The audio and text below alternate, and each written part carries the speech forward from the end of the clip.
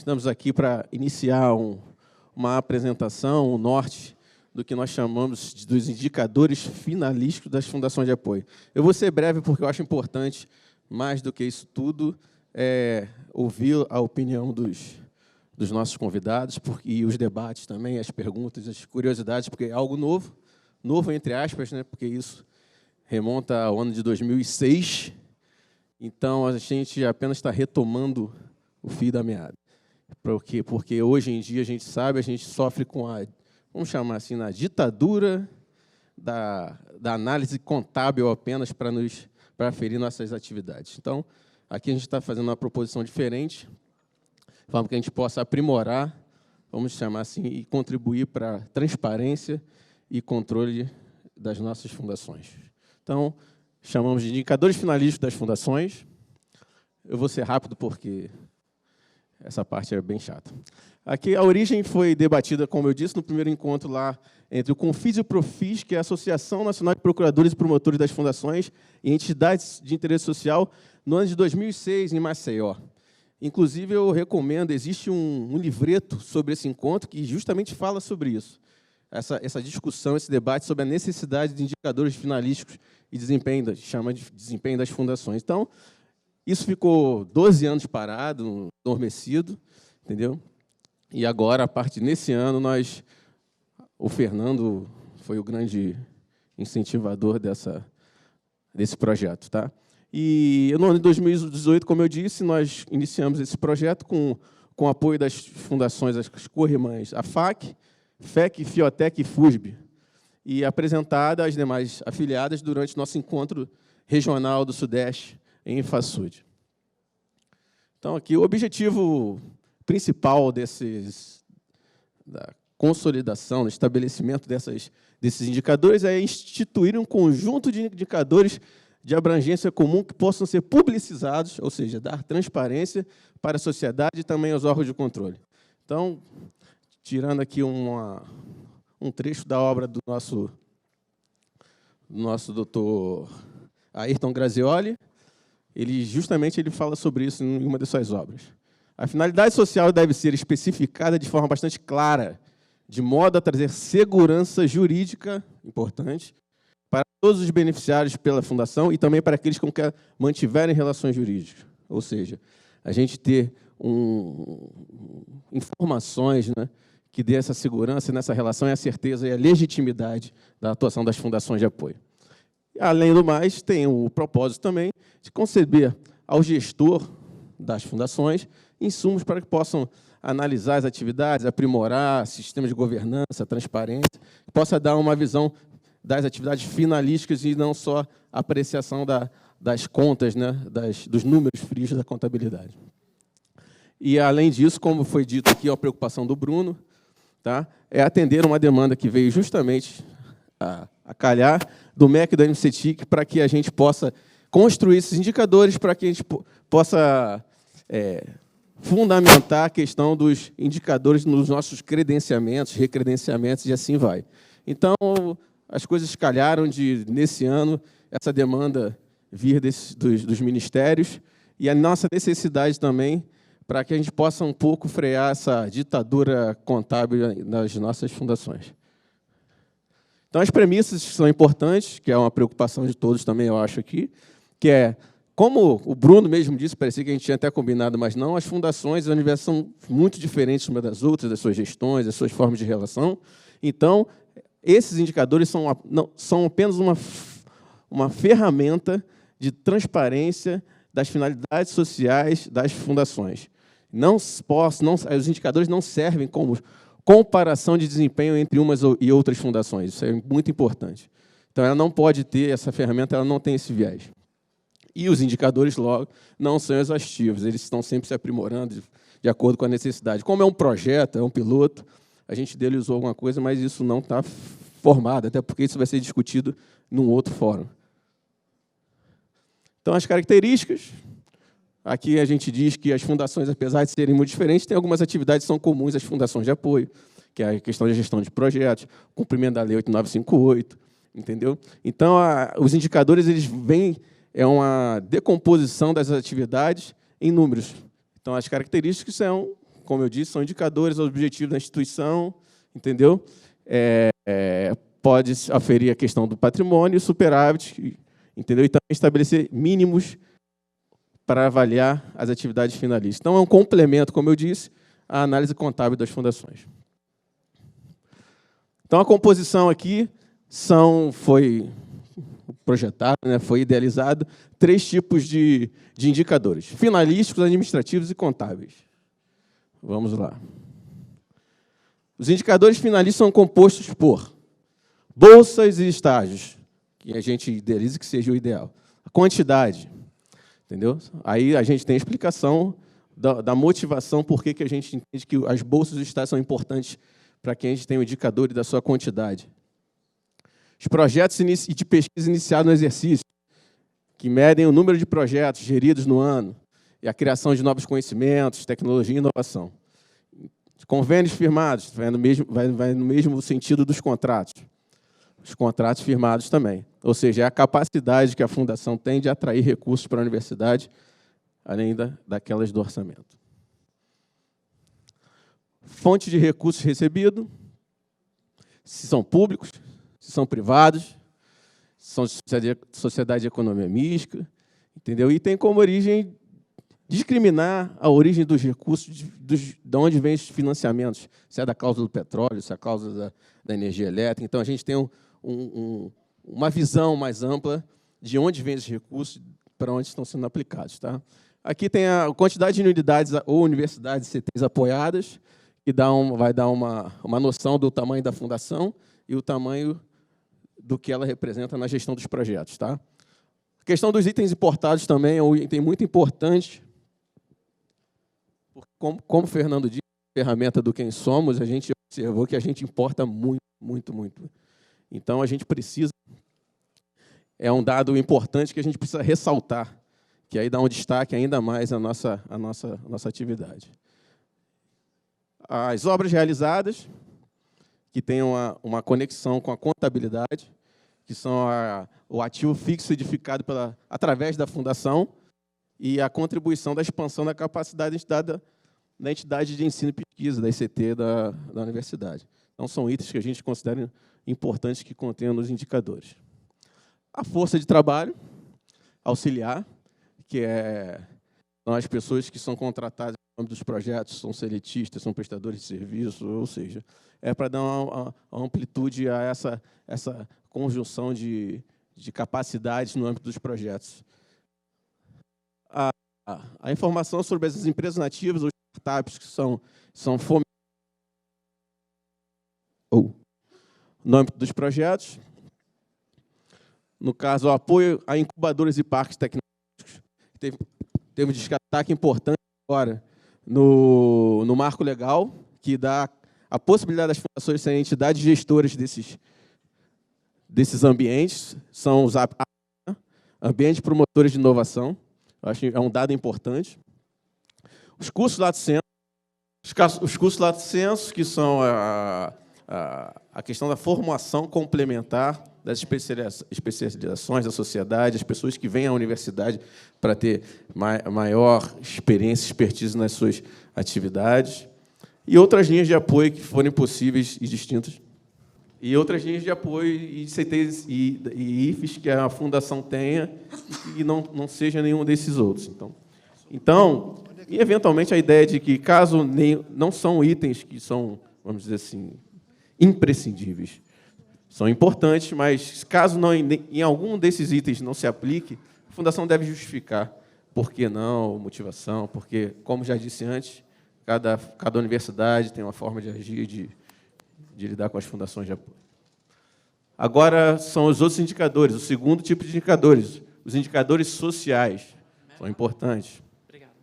São aqueles que traduzem as ações sociais que as fundações realizam com seus próprios recursos, ou seja, não são aqueles indiretamente que vêm dos projetos, porque são das nossas receitas próprias, mas são ações próprias das fundações. São a questão de se há algum programa social dos colaboradores, treinamento, inclusão do menor aprendiz, treinamento, estágios, benefícios sociais, ações de integridade e transparência, a questão um programa de de apoio às pessoas com deficiência. Então, isso tudo são itens importantes para serem contidos no indicador social.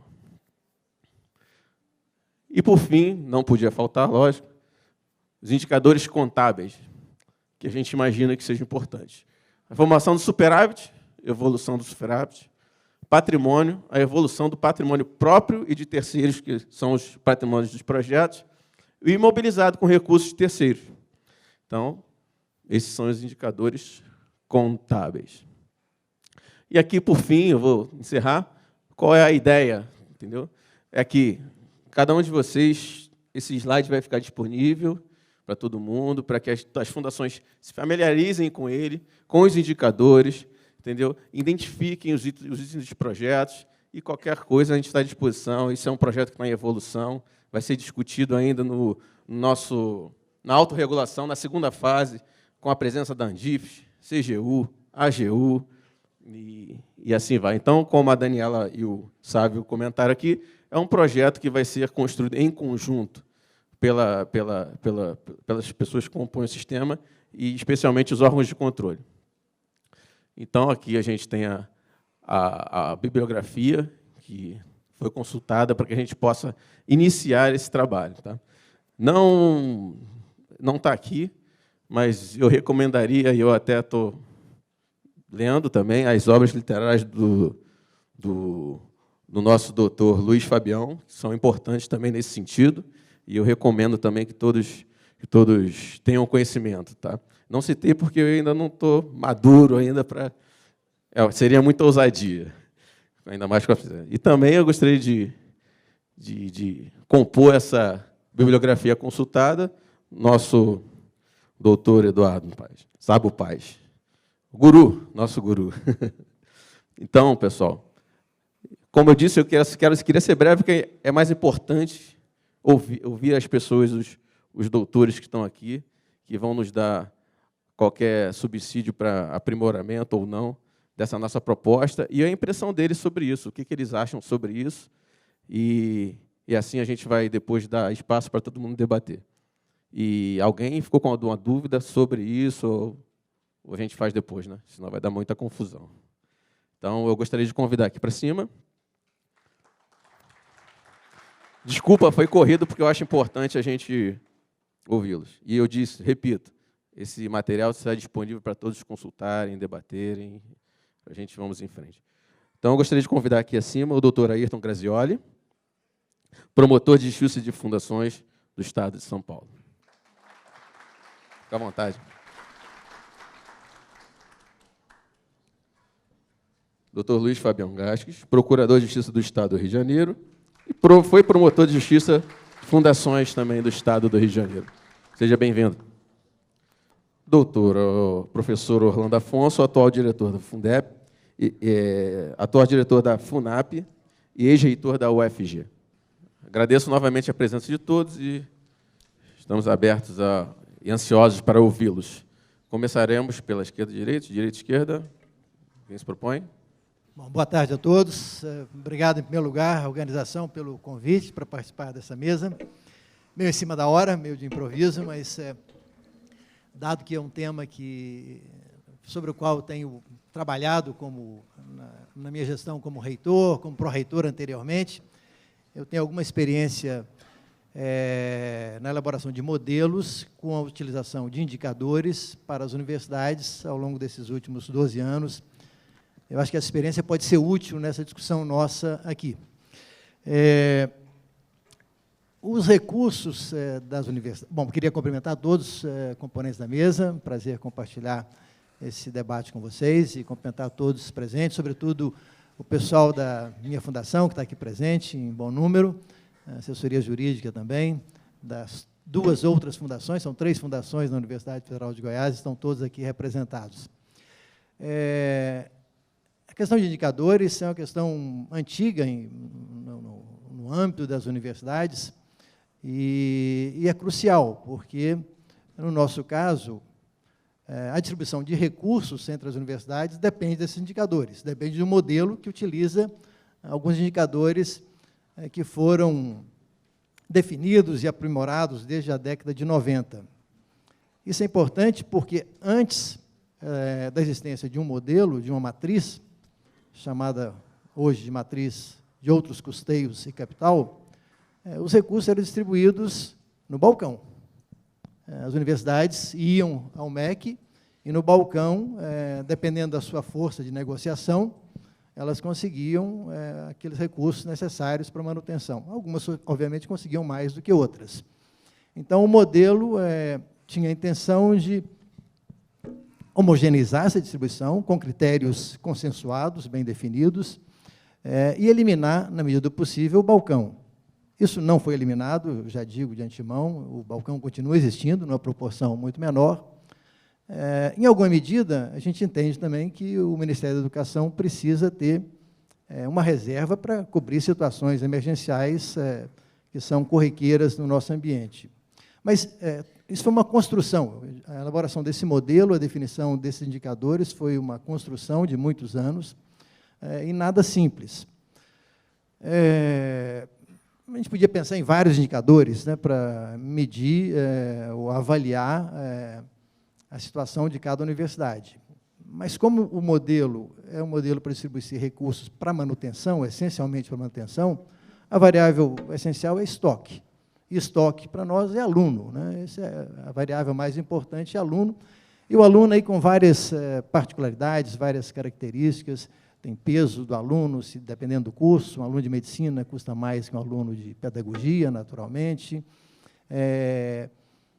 Se o aluno estuda à noite, estuda fora de sede. Mas o dado mais importante, e isso é um destaque que deve ser feito aqui, é que o aluno que entra nessa matriz não é o aluno pessoa física, CPF. É o aluno, basicamente, o aluno diplomado. Então, o indicador utilizado, ele induz uma política. Quer dizer, nós definimos um indicador que vai dizer para a universidade, para as universidades, que formar é importante, que aquele recurso que foi utilizado, que foi alocado à universidade, ele deve resultar na formação de um número cada vez maior, ou no máximo de alunos possível, daqueles alunos que ingressaram na universidade. E, aí um parênteses, diga-se de passagem, que a taxa de evasão é enorme no sistema federal. Essa taxa de evasão beira 50% ou mais. Então, de 100 alunos que entram, uns 50 ou um pouco mais concluem. Isso varia muito de curso a curso, obviamente, tem alguns cursos que formam muito, formam 100%, e outros que formam muito pouco, e as licenciaturas formam muito pouco. Então, esse é um problema, porque cursos que são muito importantes na formação de professores têm uma evasão muito mais alta do que outros cursos. Então, essa é uma característica de um bom indicador. O indicador deve ser, entre outras coisas, características que deve ter um indicador, ele deve ser mensurável, obviamente, um indicador quantitativo, né? Existem indicadores qualitativos também, mas os quantitativos devem ser mensurável, ele deve ser comum, universal. As nossas fundações, ao pensar em indicadores, nós sempre pensamos em indicadores que sejam comuns às fundações. Deve ser auditável, obviamente, pelos órgãos de controle, pela comunidade, por nós mesmos, pela universidade, pelas instituições apoiadas. Ele deve ter uma certa longevidade, obviamente, porque, quando se constrói indicadores, o que se quer é ter uma série histórica. Não adianta você definir indicadores no ano, e no ano seguinte ter outros indicadores, você não tem comparabilidade nenhuma. Então, um bom indicador, ao definir um indicador, tem que se pensar bem e saber quais indicadores e manter esses indicadores por um certo tempo, porque, senão, você perde essa característica histórica que é importante. Simplicidade e alinhamento com os objetivos da instituição. Quer dizer, se nós queremos indicadores que reflitam a nossa missão, as nossas metas, objetivos, a gente tem que saber quais indicadores. Eu diria que, no caso da universidade, eu vou dar alguns números, já que eu não... são os números que eu domino mais. Bom, além desses indicadores que eu falei, que é estoque, é número de alunos, no caso da matriz das universidades, Um outro dado importante que entra também, de caráter mais avaliativo da qualidade da universidade, entra conceito CAPES, conceito dos alunos de graduação, então são variáveis que entram também no modelo. É bastante complicado, e eu não vou atrever a mostrá-lo aqui absolutamente. Mas o que é distribuído para as universidades, segundo esse modelo, é um recurso da ordem de 6 bilhões de reais. Já foi mais, isso tem caído nos últimos anos, infelizmente. Então, o que é distribuído para as universidades, segundo esse modelo, são 6 milhões de reais. O orçamento das universidades federais, só das federais, não estou falando das públicas estaduais, as paulistas principalmente, é da ordem de 40 bilhões de reais. Então, de 40 bilhões, as universidades têm 6 bilhões para o custeio das suas atividades. Pagamento de todas as suas contas, de luz, vigilância, limpeza, água, etc., etc. E esse número é importante porque, como o Fernando mencionou, nessa oportunidade e em outras também, os recursos que são administrados pelas fundações, pelo conjunto das fundações, é da ordem de 5 bilhões. Então, vocês vejam que as fundações arrecadam recursos que são equivalentes, da mesma ordem de grandeza, muito próximos, ao que as universidades, 63 universidades, recebem para pagar todas as suas contas. Obviamente que esse recurso que é repartido e alocado para cada universidade, ele é insuficiente para a própria manutenção. Então, não sobra nada para pesquisa. Pesquisa não é realizada na universidade com esse recurso que vem do orçamento. Nem aqui no Brasil e em muitos lugares do mundo também é assim. Quer dizer, o recurso de pesquisa vem por projetos de pesquisa, pela captação, etc., etc. Então, o recurso que é administrado hoje pelas fundações, que é da ordem de 5 bilhões, é equivalente a esse recurso, e o recurso da fundação é quase que exclusivamente destinado à pesquisa. Então, daí a enorme importância das fundações no contexto das universidades. O TCU também tem uma série de indicadores, não são exatamente esses que são usados na matriz da Andifes, mas o TCU também nos acompanha com uma série de indicadores, e eles são parte obrigatória dos relatórios de gestão das universidades. Nós temos que, a cada ano, fornecer esses indicadores, que, infelizmente, não guardam uma correlação direta com os indicadores que são usados na matriz, mas tem alguma semelhança, mas tem uma série histórica que permite uma certa comparabilidade. No caso das fundações, e agora já especificando, são essas características que eu acho que a gente tem que se preocupar com mensurabilidade, universalidade, serem auditáveis, a longevidade deles, a permanência deles, e o alinhamento com os objetivos das fundações. No primeiro nível de indicadores, eu acho que esses foram apresentados no slide, são possíveis. A gente poderia pensar em vários outros, tem que escolher alguns, um elenco de alguns, mas eu acho que basicamente são esses que já foram mencionados.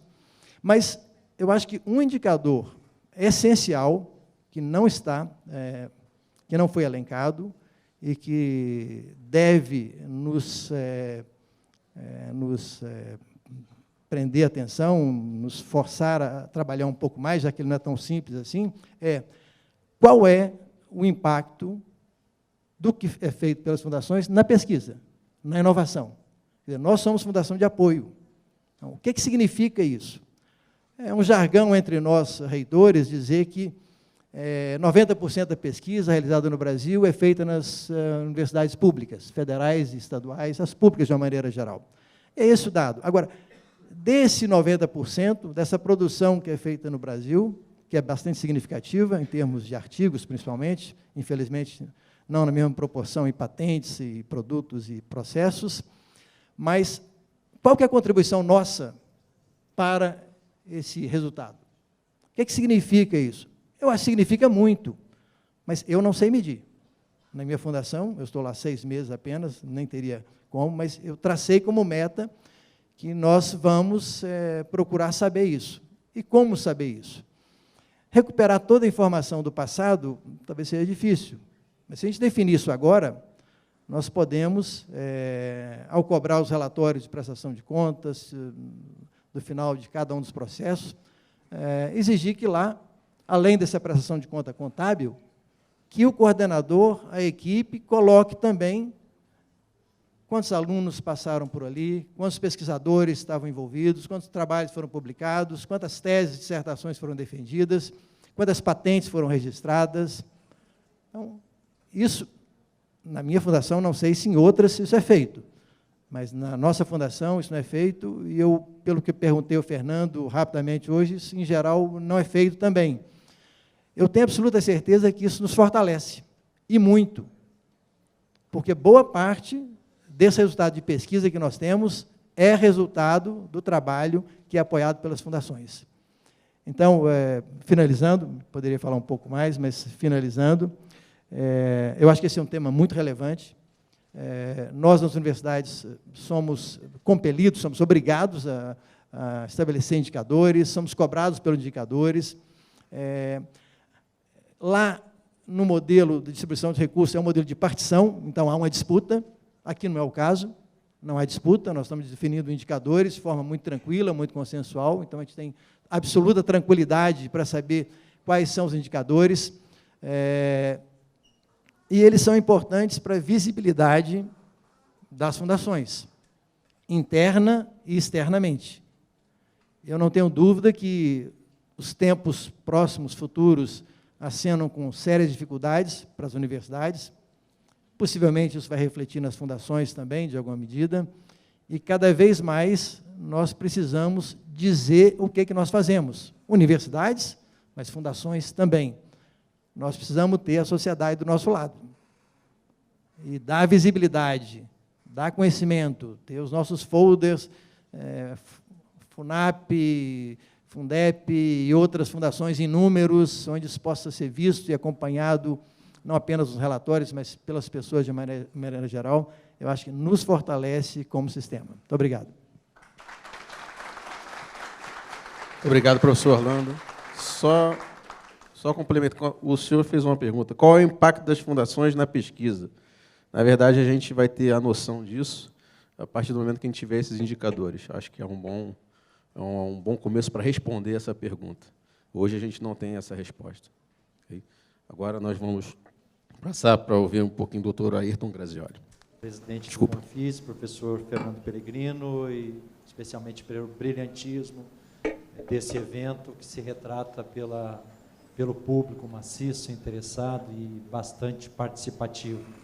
Cumprimentar a mesa da qual eu faço parte. Na verdade, não é mesa, é uma sucessão de cadeiras, o que é bastante simpático. O Rafael, o professor Orlando, o Luiz Fabião e o nosso amigo Sabo Paz, minhas homenagens. O tema proposto desse debate é, por demais, interessante, evidentemente,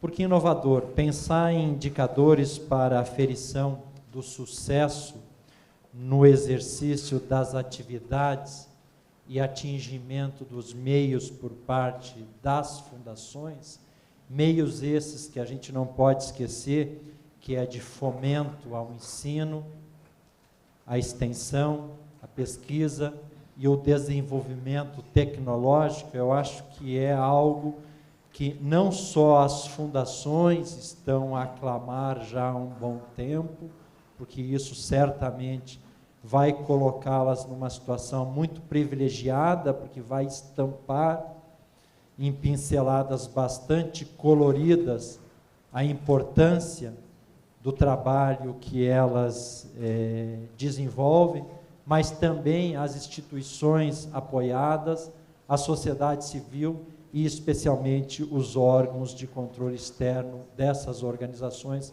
que não são poucos. Efetivamente, isso vai ser fruto de um trabalho bastante árduo. Certamente, esse trabalho vai resultar tão somente no estabelecimento de linhas mestras para que as fundações possam customizar, diante da sua realidade específica, a forma de costurar os indicadores efetivos que ela tem para mostrar o que ela faz e a importância que ela tem no meio acadêmico e social em que ela atua. Mas mais importante de ter indicadores efetivos, inteligentes, e reais e conectados com a realidade na qual a organização atua, é muito importante que esses dados tenham legitimidade, porque a construção de planilha, a construção de relatórios, qualquer contratado externo fará e fará algo muito bem feito e muito bonito. Mas qual a legitimidade que terão essas informações perante o público de relacionamento da organização fundacional, no ambiente público e no ambiente privado? E isso passa necessariamente pela reconstrução de um ambiente de gestão que tenha uma preocupação efetiva com a capacidade, com a transparência, com o controle e com a integridade. E é nesse contexto que eu acho que eu gostaria de fazer algumas pinceladas, algumas provocações, para que todo mundo aqui saia, inclusive eu, da zona de conforto, e que a gente possa evoluir nesse processo da efetiva importância das fundações de apoio para as instituições de ensino superior públicas, federais ou estaduais. E a grande pergunta que fazem os agentes de controle externo, e eu dizia que são muitos, e eles não falam uma língua só, e nós sabemos que essa é uma realidade que não mudará a curto e médio prazo, pelo menos, mas que se traduz numa resposta única, ao menos em relação a essa indagação. O que quer o agente de controle externo? Ele quer controle interno. E me parece que é muito inteligente quando o agente público se coloca dessa maneira, porque o Estado, evidentemente, que ele está bastante pesado. Os órgãos públicos de fiscalização e de acompanhamento da gestão pública e da gestão privada parcerizada com a pública, efetivamente ele não tem condições de tomar conhecimento de todas as informações que lhe são levadas, quiçá daquelas que não lhe são levadas ao conhecimento. E é nesse contexto que o controle interno, efetivo, fiel, fidedigno à realidade da organização, é a garantia, é o estado de conforto que terá o agente de fiscalização externa para saber que, efetivamente, há instrumentos internos de maneira a contornar aquela zona onde há uma possibilidade da ocorrência de dano e desvio comportamental no âmbito gerencial da organização. Mutatis mutandis, o que estamos falando? De controle, de integridade, de compliance. Compliance no sentido de que a organização tenha que ter efetivamente uma gestão corporativa em moldes adequados a uma administração pública efetiva na busca de resultados finalísticos que nós chamamos de administração gerencial, que se afasta de uma certa forma dos procedimentos burocráticos e quer tomar conhecimento da efetividade das ações executadas por aquela organização, com a adoção dos princípios que, por mais que nos choquem, eles são de efetiva aplicabilidade nas organizações do terceiro setor, especialmente da moralidade, publicidade, eficiência e impessoalidade, que são inerentes à administração pública.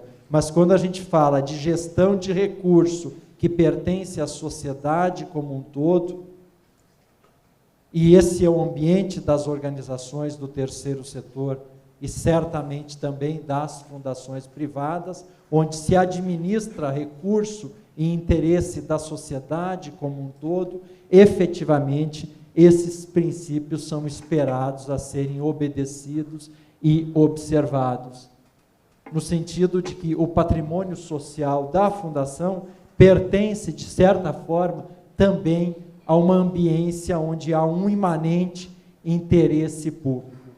Eu tenho uma menina aqui me incomodando com umas plaquinhas. Eu não vou olhar mais para você.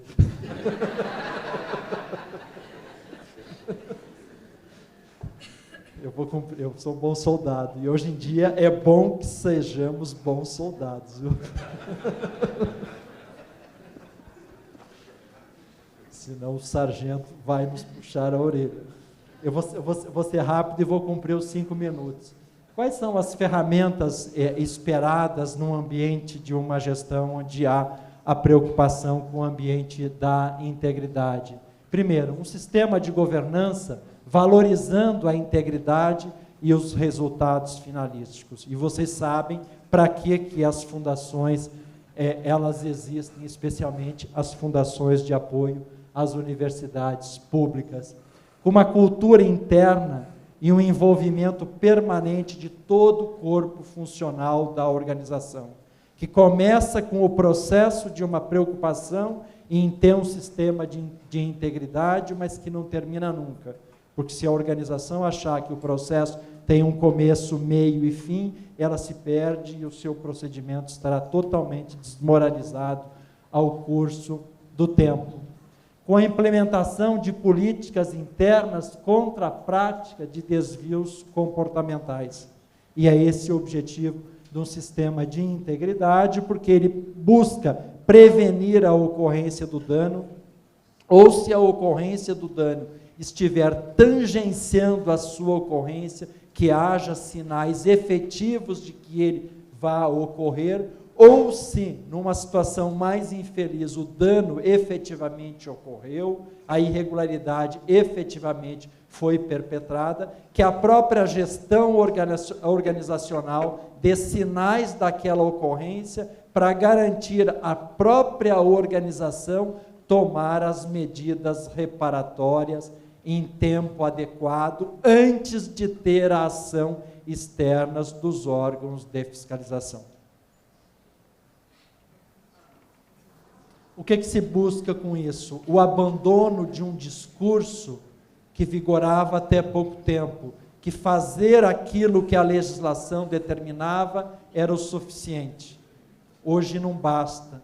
Hoje é necessário que a organização faça o correto, mas que também tenha ferramentas de gestão interna que não propiciem uma ambiência para que ela faça...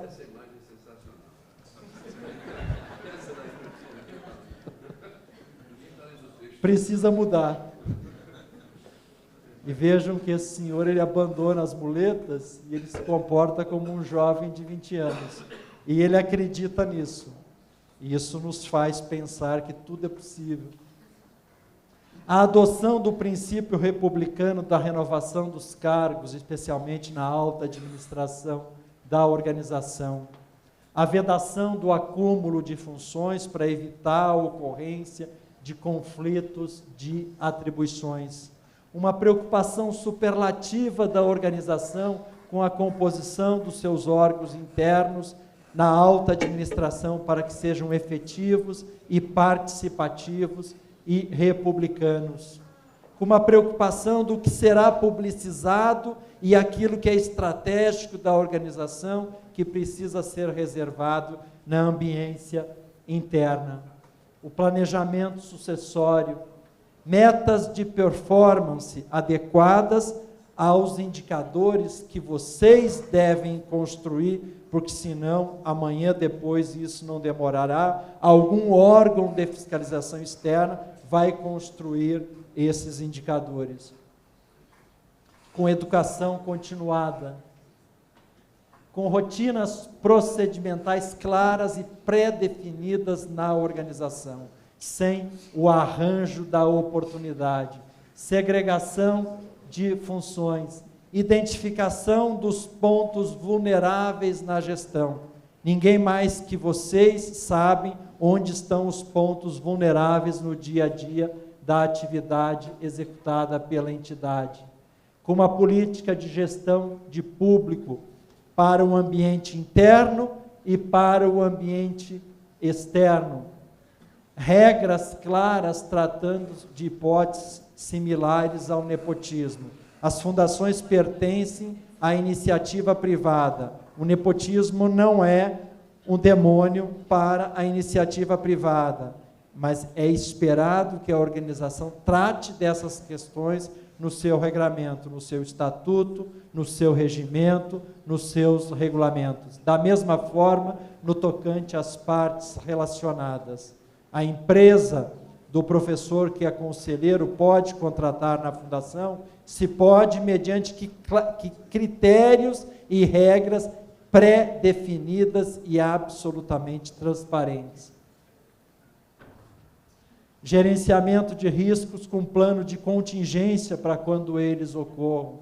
Auditoria externa independente, mas não do auditor amigo do diretor, efetivamente independente. Um controle efetivo que tem independência para apontar o dedo na ferida na organização, quando tiver uma ferida, sem correr o risco de perder o emprego. Uma ouvidoria que saiba ouvir e tem independência para isso. A existência mínima de uma regulamentação na organização, de contratação de pessoas, contratação de bens e serviços, de política remuneratória, de investimentos sociais, um código de ética e um código de responsabilidade socioambiental. Eu acho que esse é o contexto que as organizações do terceiro setor, e não é diferente para as fundações de apoio, devem buscar. É este o quadro que deve estar na parede das organizações nos próximos anos. E não paredes de concreto, mas efetivamente paredes e telhados de vidros com a mais absoluta transparência. Essa é a mensagem provocativa que eu queria deixar com vocês. Muito obrigado.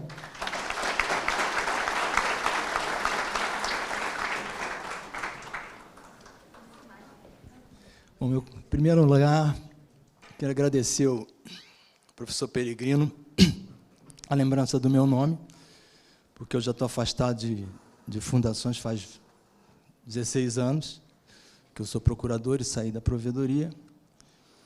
E, para mim, é sempre muito gratificante, como brasileiro, participar de uma reunião como essa, onde outros brasileiros estão lutando por liberdade e cidadania. O que vocês fazem, o que vocês representam, é a essência do nosso país. Vocês, e eu me dei muito bem no relacionamento com vocês enquanto eu estive em fundações, foi porque eu sempre considerei vocês uma elite. A elite verdadeira do nosso povo, não somente as fundações de apoio, mas qualquer fundação. Eu considerei vocês a elite verdadeira porque vocês, para mim, representavam a virtude. Vocês representavam aquela elite que busca o reconhecimento não pela riqueza. Porque, a partir do momento que você pensa em fazer o bem, em desenvolver o público a partir do exercício da cidadania, é uma coisa que tem que ser respeitada. Ainda mais num país tão desigual como o nosso, que começa desigual e permanece desigual, mas que hoje conquista a democracia, ou está caminhando para, porque se a gente for pensar bem, democracia não existe em lugar nenhum, mas aqui no Brasil, pelo menos, nós temos hoje instituições fortes que buscam isso. E essa luta por liberdade de vocês, não é? Onde vocês pretendem obter aquilo que a Constituição dá e que a burocracia tira com a outra mão, ou impede o exercício do direito, é uma luta que acho que qualquer um de nós tem que se unir a vocês para tornar isso real, para tornar a Constituição da República Federativa do Brasil efetiva. Porque lá está escrito, atividade privada é a regra, atividade pública é a exceção. E o Estado, quando intervém, ele intervém para regular apenas, não para coibir, para impedir. E a burocracia impede. Mas não vamos colocar a culpa toda no Estado. porque o Estado tem seus valores também. Mas nós, ou essa representatividade da cidadania, ela é muito maior, porque não é na Revolução Francesa que se cria essa ordem imaginária de que o poder emana do povo. Vocês são o povo. Agora, eu sou um povo que representa a nossa elite verdadeira.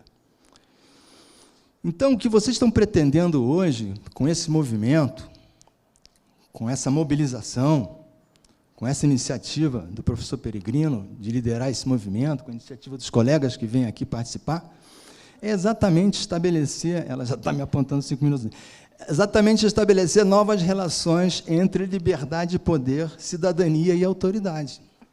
Agora, qual é a dificuldade? A dificuldade é a diversidade.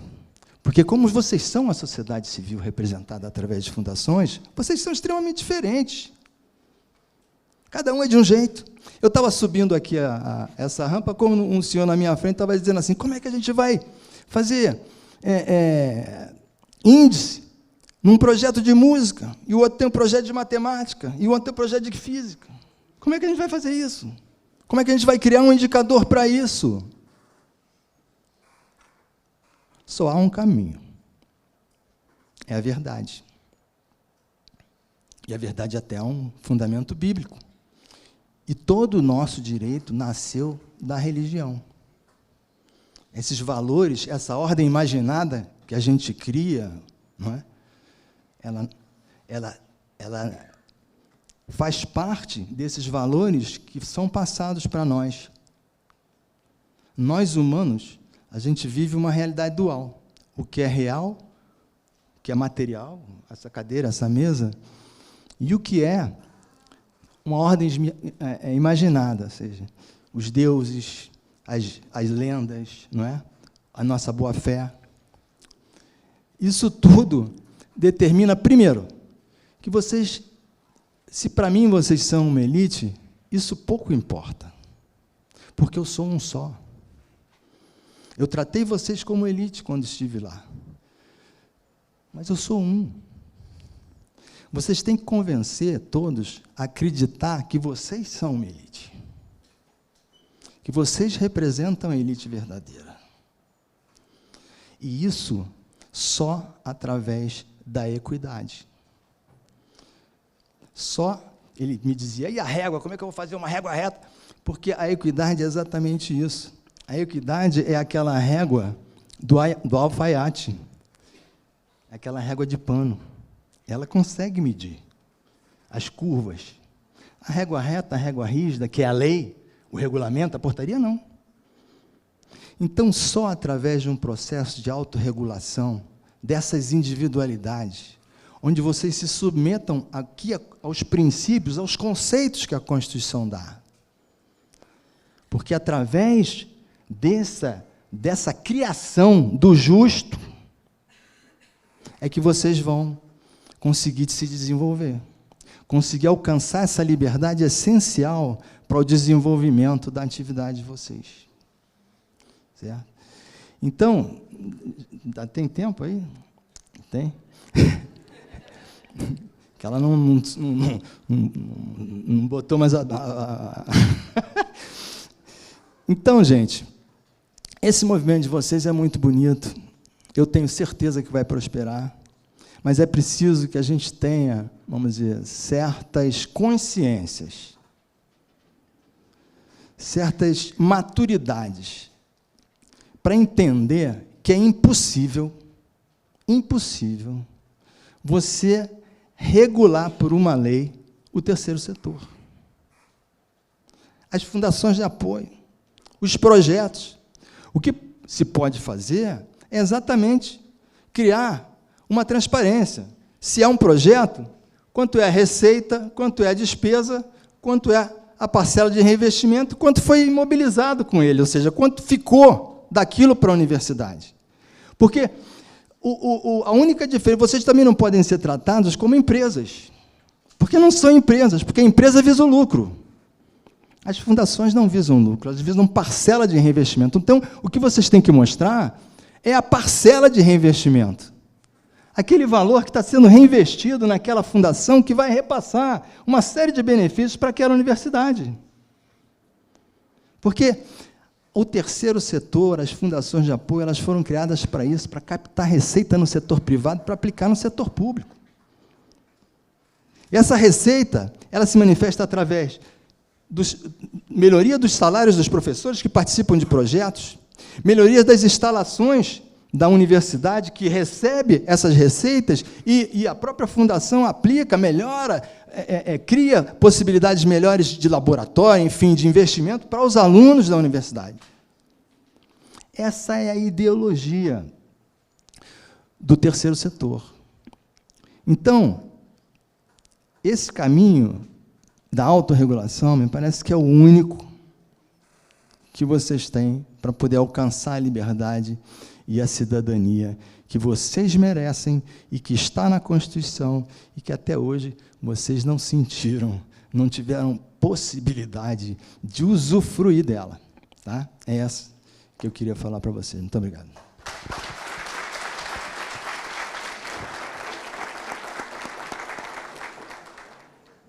Obrigado, doutor Luiz Fabião. Agora vamos ouvir o doutor Sábio Paz.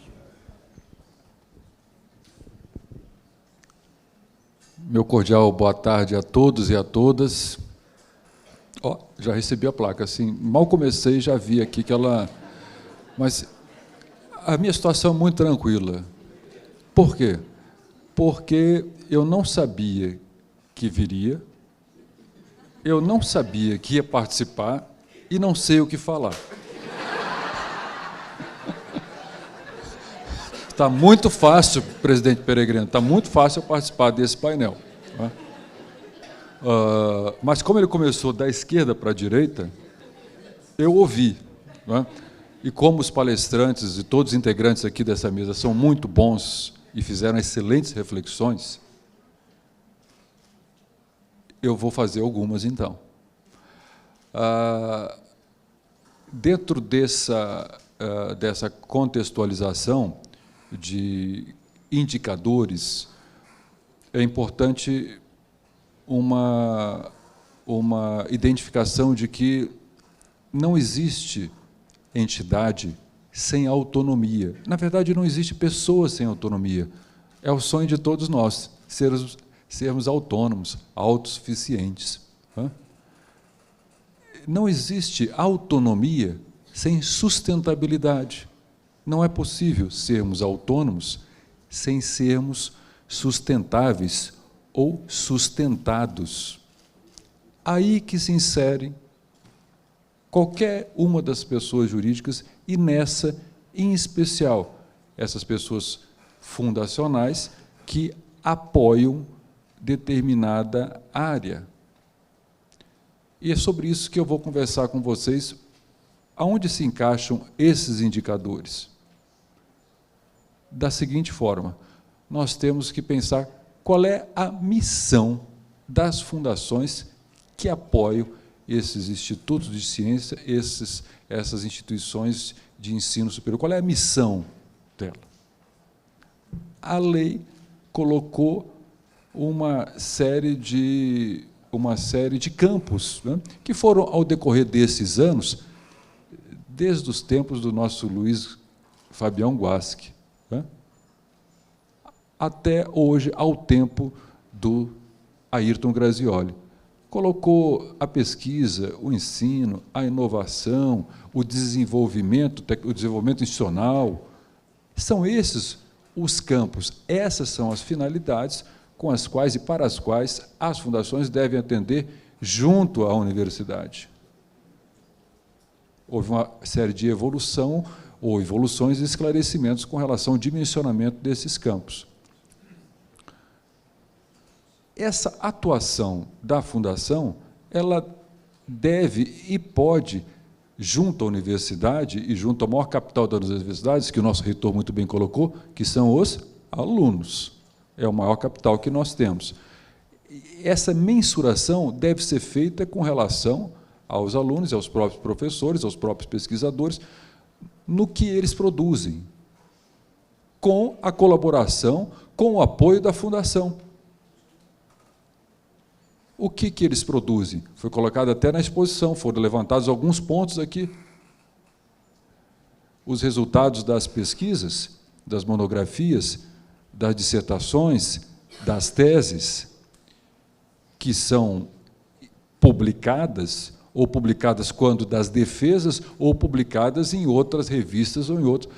Agora, elas foram feitas com apoio da Fundação, isso tem que estar colocado lá. Isso tem que estar, se foi, essa mensuração tem que ser feita. Esses resultados foram obtidos por meio de bolsas, por meio de apoio a eventos, por meio de parcerias, por meio de projetos. Tudo isso pode e deve ser quantificado. Isso custou, isso tem uma relevância. Isso produz um impacto. Difícil, reitor, é nós conseguirmos identificar instrumentos para avaliar impacto social. Por quê? Porque os resultados são tangíveis e são intangíveis. Muito. E na pesquisa você tem muito isso. Você tem resultados que você pode mensurar eles e tem alguns que você não consegue visualizar, identificar. Sugestões que faço com relação a essa discussão de indicadores. Primeiro, os indicadores devem ser estabelecidos de forma interna. É a autorregulação. Ninguém melhor do que aqueles que cumprem a missão, cumprem as finalidades, é que definam os indicadores. Primeiro ponto. Segundo, os indicadores devem ser específicos. Muito bem colocado aqui. Né? Indicadores específicos para a área de matemática, não é? Que é um mundo. É um mundo. Você não consegue perceber aonde eles estão. E eu falo isso de casa. Meu filho é matemático. Né? Então, para quem faz um mestrado e um doutorado, você não consegue nem compreender exatamente o que eles querem, aonde eles querem chegar. Você só compreende depois quando eles aplicam aquilo que eles expuseram nas teses e nas dissertações. Portanto, os indicadores devem ser específicos, área a área. Além de específicos, certamente devem ser dimensionados nas menções que tiverem. Dentro da academia, se faz uma série de trabalhos e resultados finais de curso. E, durante o curso, se realizam diversos eventos. Tudo isso deve ser mencionado, quantificado e qualificado para formar um indicador. A relação das fundações de apoio com a universidade, hoje cada vez mais próximas, tem uma repercussão enorme no que se refere a diversas áreas que também podem ser dimensionadas de forma específica. Apoio a laboratórios, apoio a equipamentos, a material, enfim. Deve-se extrair do que se tem essas informações. Agora, nada se faz, isso não existe, sem responsabilidade, sem transparência, sem uma governança com responsabilidade, uma governança com sintonia plena em todos os órgãos da governança, com a própria entidade e com o papel que ela desenvolve ou que ela pretende desenvolver junto à instituição apoiada. Agora, essa é uma compreensão que deve ser uma compreensão da Fundação e uma compreensão também da instituição que está recebendo o apoio. Os dois têm que compreender esse papel.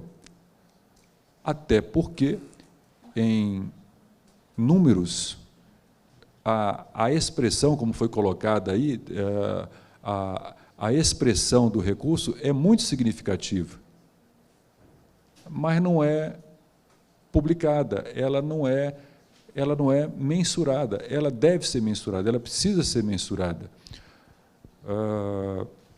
Há alguns anos, no âmbito da assistência social, só 3 anos, foi criado um fórum, presidente Peregrino, chamado FONIF, que começou a estudar os dados oficiais do orçamento da União, com os respectivos ministérios, de quais os impactos que a assistência social, chamada filantropia, muitos aqui conhecem já esse trabalho, FONIF, www.fonif.org.br, representa na sociedade. O que eles recebem de recursos, em termos de imunidades ou isenções tributárias, e o que eles conseguem com aquele recurso que deixam de pagar naqueles impostos, o que eles conseguem oferecer para a sociedade. O caminho para o CONFIS, para esse conjunto, é esse, mas começa pela quantificação, Isso é importante por quê? Porque, de uma forma pública, vai refletir e vai demonstrar e mostrar o trabalho que é feito aqui internamente para aqueles que executam o controle social. O que o nosso colega, e agora mais do que professor, Ayrton Grazioli, autor de diversos livros, aqui citados, referenciados por todos nós, tem colocado. Você tem que fortalecer o controle interno e você tem que apresentar resultados para que nós tenhamos um controle externo que possa ver o resultado, uma política de resultados, porque isso é que importa. Isso é que importa. É demonstrar que as fundações de apoio têm capacidade e têm produtos e serviços capazes de demonstrar a importância delas nesse liame entre a universidade e a sociedade e o mercado, que é a essência das fundações. Fazer com que o corpo discente e o corpo docente cada vez esteja aqui mais preparado e cada vez esteja mais próximo da sociedade. Por isso que eu digo que essa questão de indicadores e também, já me adiantando um pouco, a questão do compliance é fundamental daqui para frente. Eu não tenho dúvida nenhuma, até para fortalecer o posicionamento das instituições junto aos órgãos de controle. Todos, Ministério Público, Tribunal de Contas, Receita Federal, Controladoria, enfim, todos eles, até para que eles mudem o seu posicionamento para que vejam o resultado e o produto que está sendo apresentado. É isso que eu tenho a falar, porque realmente eu não me preparei, vim aqui só para aprender com todos. Obrigado.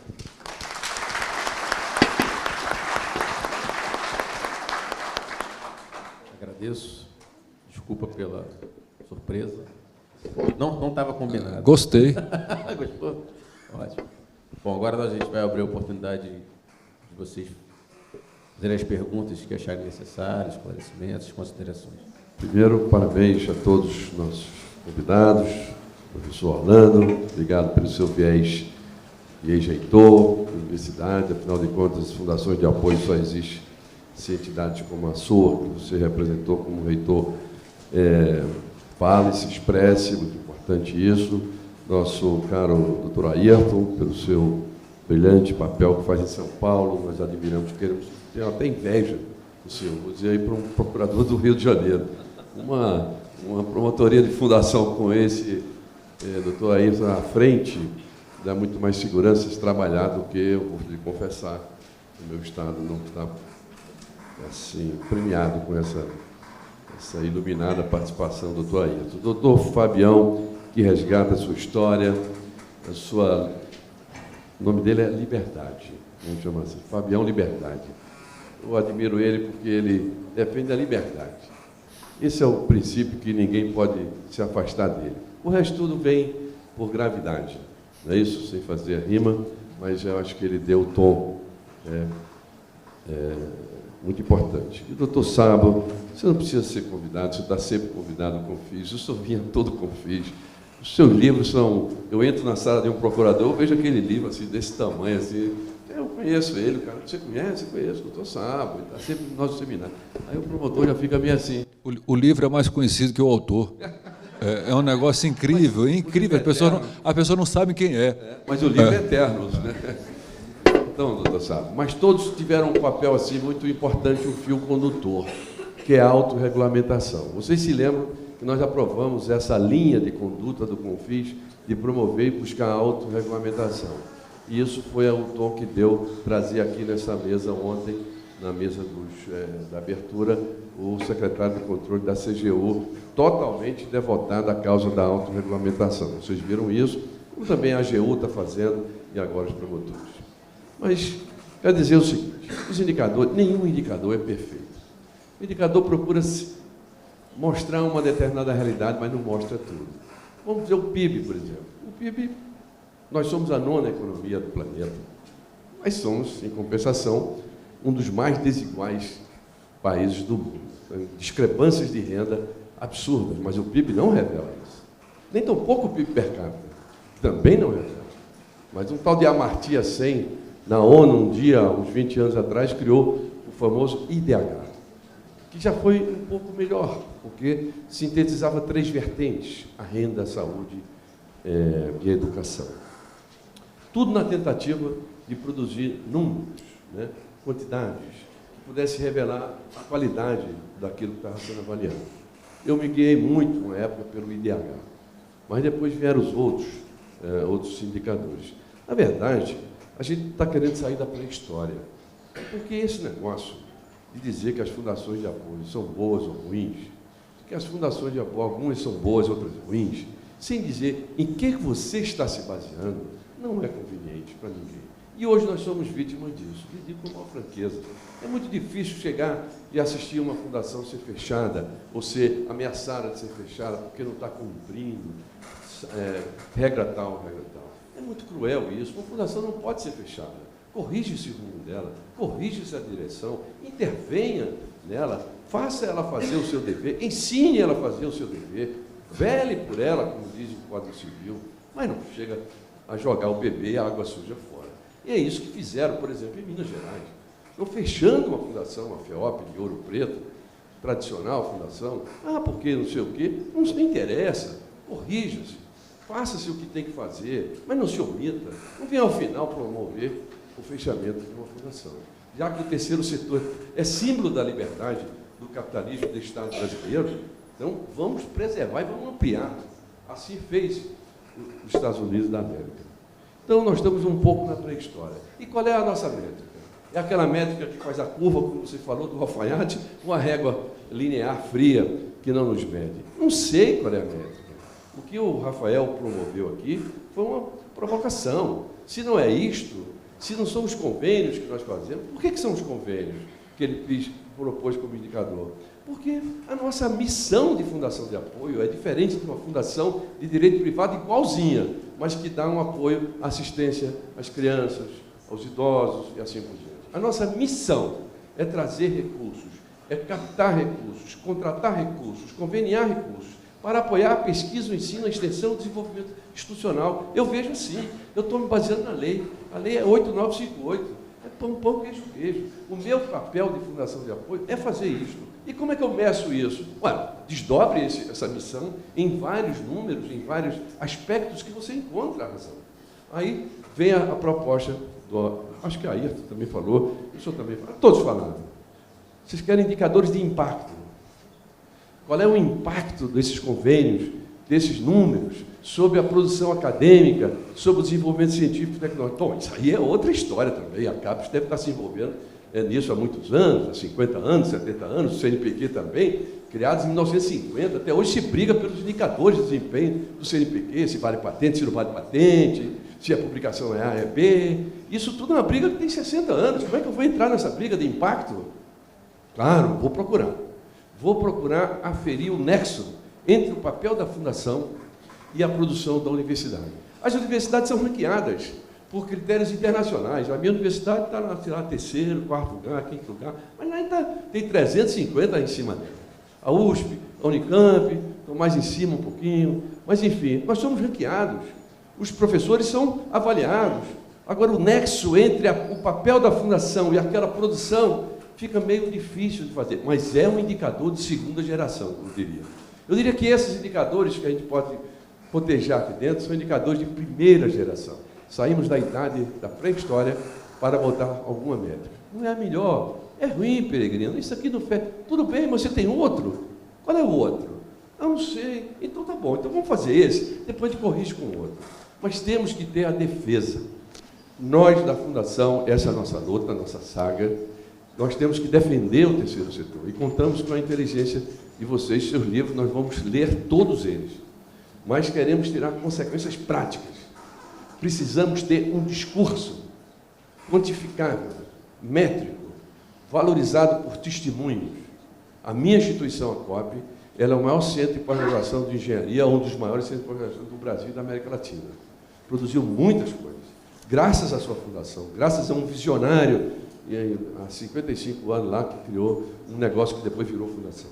Eu sei que a fundação é importante para a COP. Eu não sei correlacionar a produção da COP a exatamente o papel da fundação. Eu sei que nós ajudamos, mas o nexo do número com aquilo eu não consigo fazer. Olha, nem ninguém pode fazer. Quero deixar essas considerações. Eu queria que os senhores nos ajudassem, essas inteligências que estão aí, nos ajudassem a sair desse estado de perplexidade. Nós não sabemos nos medir. Como que nós sabemos? Eu sei me medir. Você sabe me medir. E ninguém pode nos avaliar sem ter uma métrica antes. Não é justo, não é democrático. Me chegar com uma avaliação de uma fundação e dizer, a sua fundação está ruim. Está ruim com o quê? Ah, porque eu notei que tem um problema na contabilidade. Ora, bolas. Você tem um problema na contabilidade, tem uma solução na atividade fim. Então, vamos cotejar as duas e ver o que é que prevalece. A lei do marco legal diz, por exemplo, que os resultados prevalecem sobre as avaliações contábeis. Esse é o sentido do controle. Vocês viram ontem o secretário de controle falando aqui, que o sentido do controle é o resultado. Não é só ficar no meio, né, na contabilidade e assim por diante. Desculpe a minha digressão aqui sobre esse tema, mas eu queria representar bem o anseio dessa nossa comunidade. Queremos indicadores. Se não é isto, se não é aquilo, vamos fazê-lo. Mas temos que fazê-lo em nossa defesa, porque senão nós ficamos muito vulneráveis a qualquer juízo de valor. E vocês sabem muito bem. Só de Ministério Público, quantos a gente tem? Cada estado, um Distrito Federal, o senhor é um, o senhor é outro, o senhor também já foi do outro, são 3. Mas tem outros 26, 23, que pensam diferentemente. Se ficássemos na mão deles, a gente estaria salvo. Mas tem outros que não são assim, que pensam que julgar a fundação é julgar por outro critério, por outra critério. Então vamos tentar convergir. Eu queria, novamente, agradecer muito a presença, vocês enriqueceram muito o nosso seminário, mas deixa a provocação para vocês também falarem. Só para complementar o que a Ana disse. Rafael, essa é uma demanda... Rafael, eu fiquei só preocupado com a moça, que quase levantava a placa para o nosso presidente Peregrino. Não, o tempo era só para... Só para complementar a coisa curta. Essa é uma demanda do MEC e do MCTIC, gente. A gente não está fazendo uma coisa aleatória, porque a gente tem que... Nós temos que tomar a vanguarda dessa... Porque, como foi dito, ninguém melhor que nós para nos medir. Os indicadores têm que vir de nós. Então, o MEC e o MCTIC está trabalhando nisso e eles estão nos cobrando isso, essa participação. E essa é a oportunidade e a chance. O papel do Ministério Público, que é um quarto poder, inclusive, é a defesa dos direitos difusos, né? Direitos coletivos da nossa sociedade. Como velar o terceiro setor, principalmente as fundações, se o próprio dispositivo constitucional determina que, na concepção das leis orçamentárias, eu devo estabelecer um plano que tenha diretrizes, metas, planos e programas, inclusive de duração continuada. Esses indicadores exigidos pelos órgãos de controle, como é que poderiam responder aos anseios de uma sociedade civil, daquilo que é a proposta fundamental dos princípios, e provavelmente foi a primeira Constituição que criou os seus princípios no artigo 1, soberania, cidadania, dignidade da pessoa humana, a valorização do trabalho e da livre iniciativa, e até do próprio pluralismo político.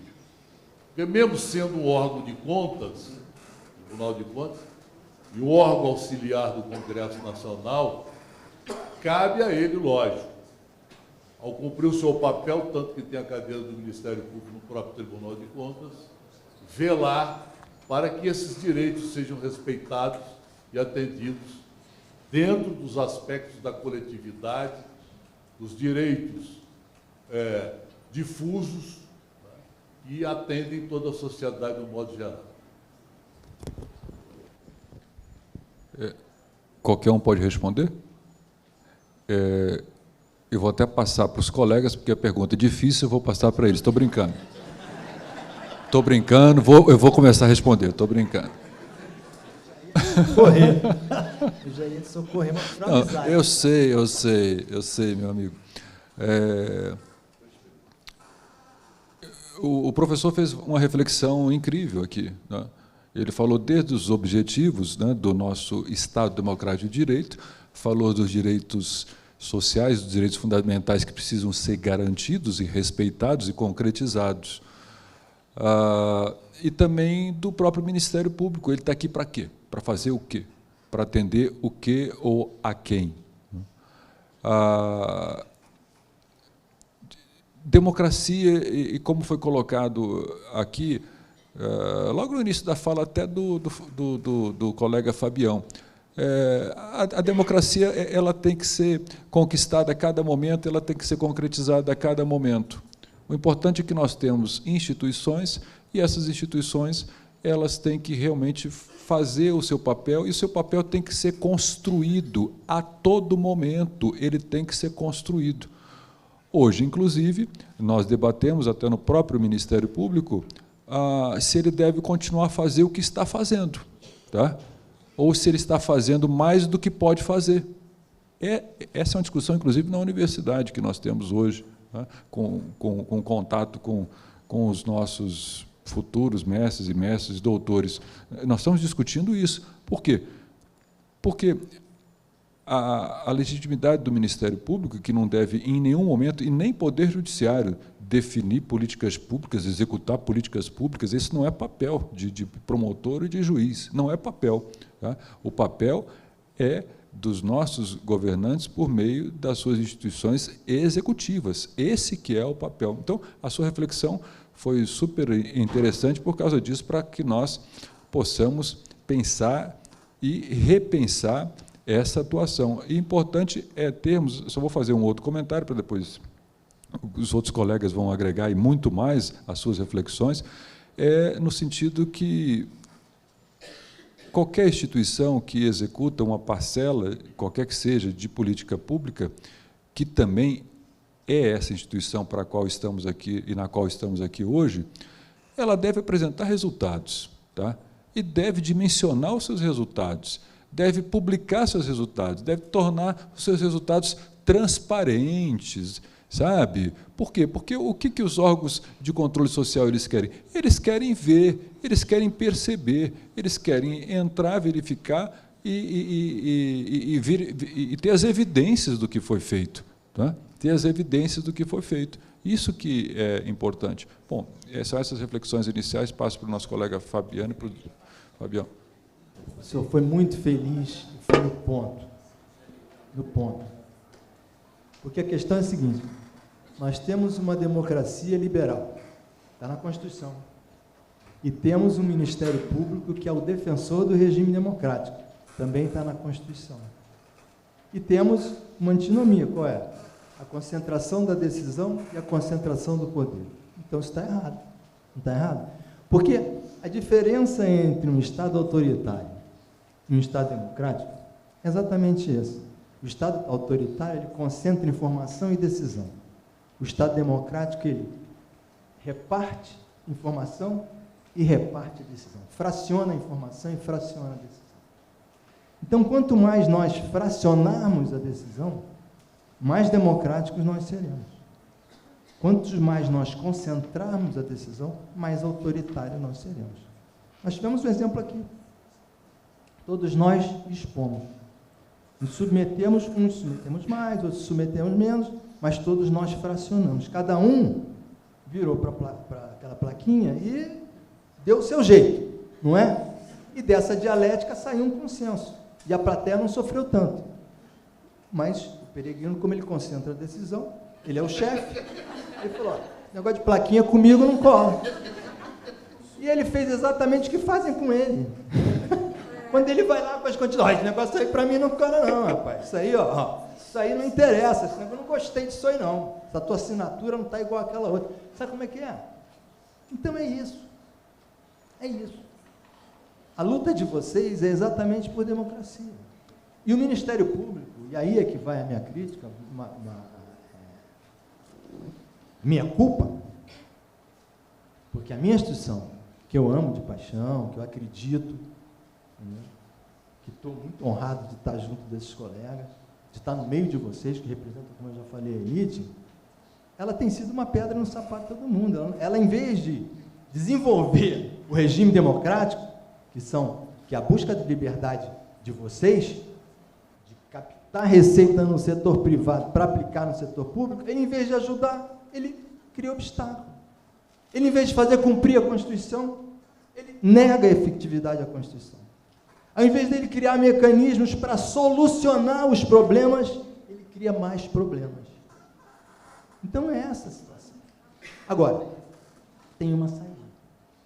Qual é a saída? A saída é vocês criarem um sistema que funcione. Porque quando as coisas funcionam, todo mundo acredita. Todo mundo passa a aceitar, porque aquilo funcionou. Então, esse caminho que vocês estão trilhando, da autorregulação, é o caminho certo. Eu fiz isso no Rio de Janeiro, deu muito certo. Porque, o que aconteceu no Rio? Não sei se todos aqui tiveram na minha fala lá na coisa. Eu já contei essa história. Eu me vi diante de uma situação em que eu tinha que decidir e não tinha lei. Não tinha portaria, não tinha nada. Aí que eu falei, peraí, eu vou ser o imperador das fundações? Isso aí está meio estranho. Eu não sou imperador, eu sou um promotor. Aí o que eu fiz? Eu criei um conselho, e esse conselho, eu levava as questões ao conselho, o conselho deliberava, e eu adequava essa manifestação das próprias fundações ao que era possível dentro da Constituição. A esses princípios que o Grazioli referiu de publicidade, impessoalidade, moralidade, eficiência, enfim, tudo aquilo que está na Constituição. Então, com base naquilo, eu criava um edito que era a expressão do que vocês entendiam ético, justo, correto, dentro daquela individualidade que era posta para mim e que não tinha lei. É como eu escutei aqui, como é que eu vou medir um projeto de música com a mesma régua que eu meço um projeto de engenharia? Então, é isso. Se vocês forem capazes de criar um sistema que funcione, eu garanto para vocês que vocês vão conquistar a liberdade.